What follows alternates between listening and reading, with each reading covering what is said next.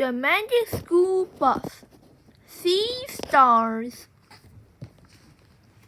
If you ever get Miss Frizzle for a teacher, take this warning from me. Get ready for something wild and crazy to happen anytime you hear these 3 little words. To the bus! For example, take the time Dorothy Ann was sick and had to stay home on her birthday. Tim was working on a birthday present we were going to give her, a model of a sun that played "You Are My Sunshine" when you wound it up. That's when Tim was putting the final touches on DA's present. The phone rang. It was DA. She wanted to come over to see her new telescope. We said with over as soon as Miss Frizzle came back from a teacher's meeting. Then entered the Frizz, or Miss Frizzle. Good afternoon, class, she said. Take a look, Miss Frizzle, said Tim, who didn't want to show off a mythical model of the sun. But then something terrible happened, and the model smashed onto the floor. Oh no, the present! Tim yelled. It's too late to make another present, said Phoebe. What are we going to do? As if answering Phoebe's question, the TV kicked on. It was on one of those channels where you can buy things, and this weird, crazy guy named Horace Cole was saying you could actually buy a star for just $7. But there's only 3 Star Wars left, so we need to take our chances. Tim said, we can buy a star and name it Dorothy Ann. Phoebe agreed with him. We were all taking out our dollar bills when Keisha shouted, Wait a minute! I'm not spending my money on anything, and I haven't checked it out myself. Keisha's right, the Frizz agreed. We don't have to buy a star sight unseen. And then she said those 3 words. You know what? To the bus! We all got on the Magic School Bus, or I should say the Magic Space Bus, because it looks like a spaceship. When we looked down, we couldn't believe our eyes. We could see the whole Earth. It looks huge at first, but then it looked smaller and smaller as we got farther away. The same with the moon. Then we couldn't see the Earth or the moon at all, and the sun was so far away it looked like, well, it looked like just a tiny star. Then Miss Frizzle had a chance to tell us something amazing. Our sun really is a star. It looked bigger than the other stars because it's so much closer to Earth. Then the Frizz explained that the sun is only a yellow dwarf, which is a little star compared to supergiants like stars. Soon we were crushing through space. The view was fantastic. Gee, look at those teeny weeny stars, said Phoebe. I wonder they'll get bigger when we get closer, like the Earth and the Moon did. They're better, said Keisha. We need some way to tell them apart. We turned on the Space Bus TV, and guess who was on? That goose old sailor, Horoscope. Now, you're probably asking how you can pick out a star because they all look alike, right? Said Horace. Wrong! There's lots of different kinds of stars. For instance, he continued, take this baby star. Only 2 million years old.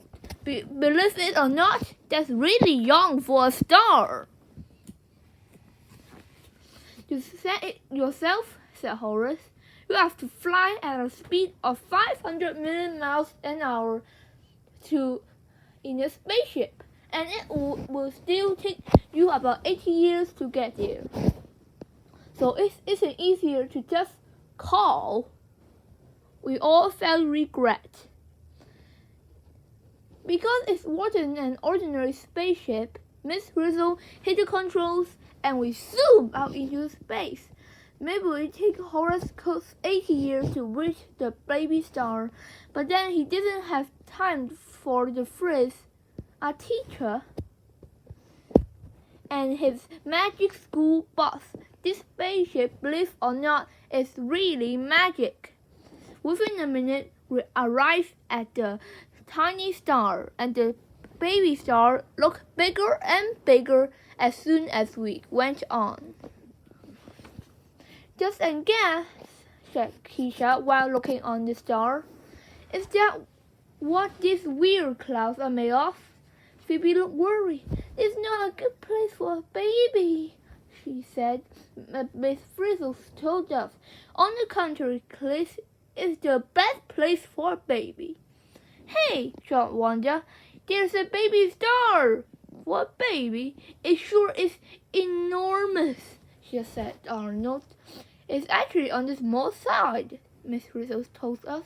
Only half the size of our sun. Tim was ready to buy. Let's call Horace Cook and dance for the A. But Keisha still wasn't sure. Wait a second. This is not a happy star. Phoebe agreed with Keisha. Poor thing, she said.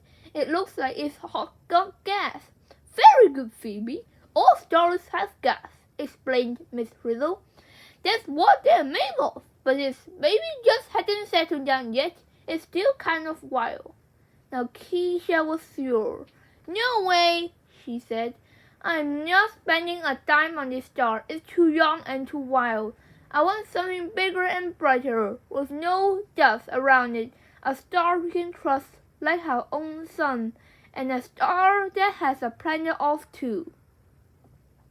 Back on the old TV, Horace Cook seemed to hear every word we were saying. No problem, he said. Remember, there's still 2 stars left, and one of them is a 5 billion years old middle-ager, right in the prime of his life.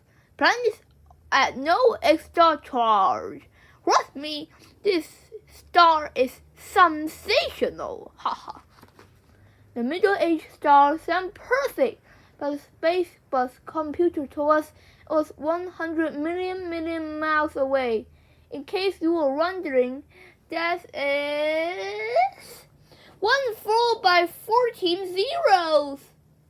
No problem for the Frizz. Sit, everyone, and buckle up, she said. Then she got that look in her eye and it launched us into hyperdrive.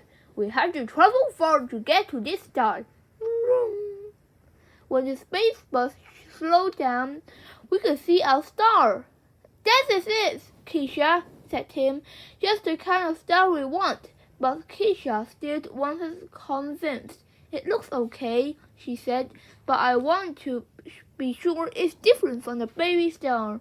Of course, the Frizz thought that was a good idea. Let's take a closer look. To get a closer look at our star, we got into the special star shuttle. Lucky for us, the shuttle came equipped with sunglasses. I should say star glasses.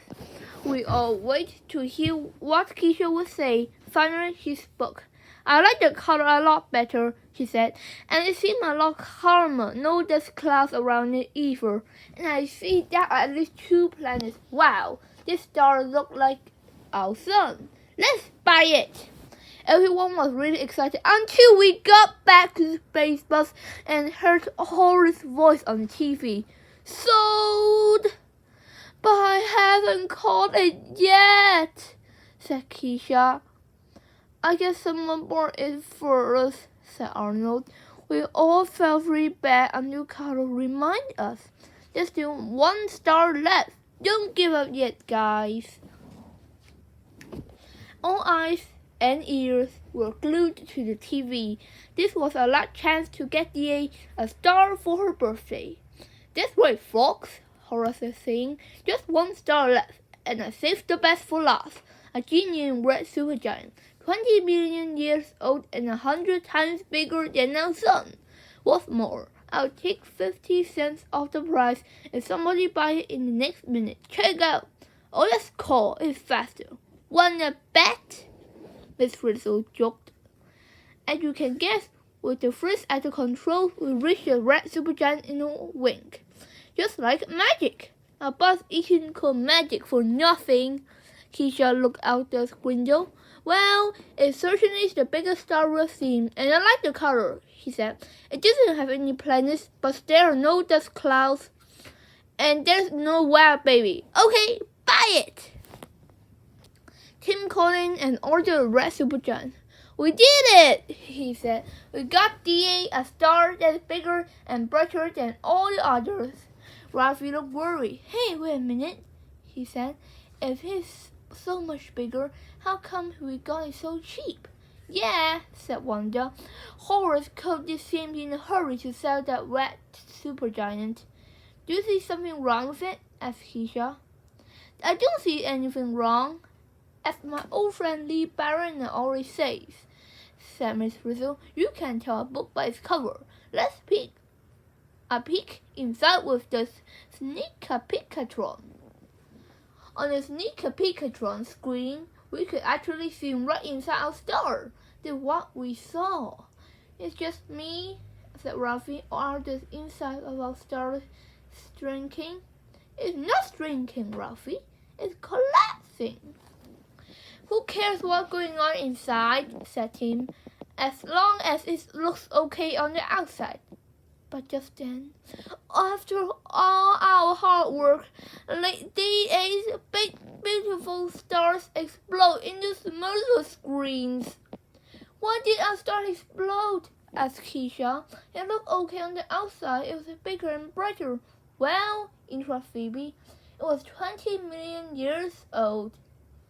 A star of observation, Phoebe, said Miss Frizzle. Stars do grow old and go up. Some go up with a bang. They're called supernovas. Supermass, said Carlos. All that's left of the star is a big cloud of dust and gas. Hey, wait, said Keisha. This looks like a lost place where we found the baby star. I bet another baby star is about to be born right here. Very interesting, but we still need a present for DA, Wanda reminded us. It's too bad we can't gather up all this gas and dust and squeeze it together to make a DA a new star. Who says we can't, Wanda? said Miss Frizzle. Not only it would take about 1,000,000 years to make a star, but since we have a magic school bus, we better make it happen now. Thanks to the magic space bus, presto! A brand new star named Dorothy Ann was shining in the sky. Mission accomplished. When we arrived at Dorothy Ann's house, DA was looking through the new telescope she got for her birthday. You're just in time to see a brand new star in the sky, she said. Actually, DA, said Keisha, that's your birthday present. We named it Dorothy Ann in your honor. But how? I don't understand. For once, DA was confused. That's a long story, said Miss Frizzle. A story filled with dust and gas, with heat and happy birthday, DA! We all shouted together. To us there, friends, have a supernova birthday. The end.